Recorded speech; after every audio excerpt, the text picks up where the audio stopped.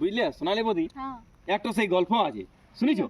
না। সেই শিব আর পার্বতীর। ও তো শোনাও। শুনবে? হ্যাঁ। শুনো তাইলে। এখন সেই শিব এক গাদা একটা ঝুড়িতে পুতুল নিয়েছে, আর পার্বতী রান্না করছে।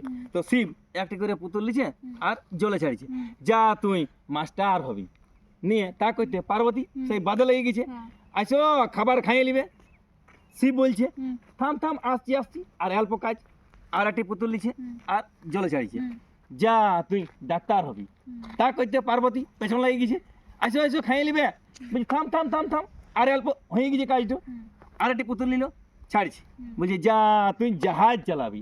তা করতে পার্বতী সেই বাদে লেগে গেছে, কই আসো খাইয়ে নিবে। শিব রাগি গেল, সেই পুতুল গেলা নিয়ে ঝুড়িলা আর ধরিয়ে আর ঢালিয়ে দিল।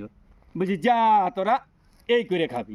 বন্ধুরা সেই বুঝে গেছো তো, সেইগুলা সকল বেটি এই আমরা সকল, বুঝলে বৌদি, এই হচ্ছে গল্প।